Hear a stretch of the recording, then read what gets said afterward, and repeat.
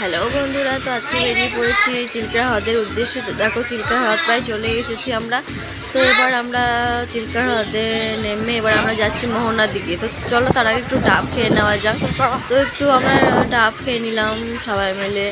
ডাবটা খেতে যেহেতু আমার খুব পছন্দ, তার জন্য ডাবটা খেয়ে নিলাম। তো চলো তোমরা ভিডিওটা দেখতে থাকো, স্কিপ করবে না, ঠিক আছে? এখানে অনেক কিছু দেখার আছে। গাইস, আমরা মোহনা মানে চিল্কা হ্রদে মোহনা যাচ্ছি। তোমাদেরকেও নিয়ে যাবো, আবার একা একা যাবো না। তোমাদের তো কষ্ট করতে হয় না, কষ্ট করতে হয় আমাদেরকে আলিতে হেঁটে। তোমরা শুধু দেখে মজা নেবে।